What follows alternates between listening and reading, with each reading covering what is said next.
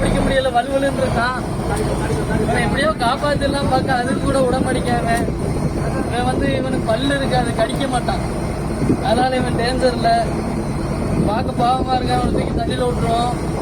இதோட பேர் தெரிஞ்சா மறக்காம கமெண்ட் பாக்ஸ்ல கமெண்ட் பண்ணுங்க. எனக்கு பேர் தெரியல, குத்துமதிப்பா கடல் பாம்புன்னு சொல்றேன். உங்களுக்கு பேர் தெரிஞ்சா கமெண்ட் பாக்ஸ்ல கமெண்ட் பண்ணுங்க. இவனை தப்பிக்க விட்டுலாம், வளைச்சு போட்டு பாவம். சரி, ஒரு பேர் கம்மி முறை தான்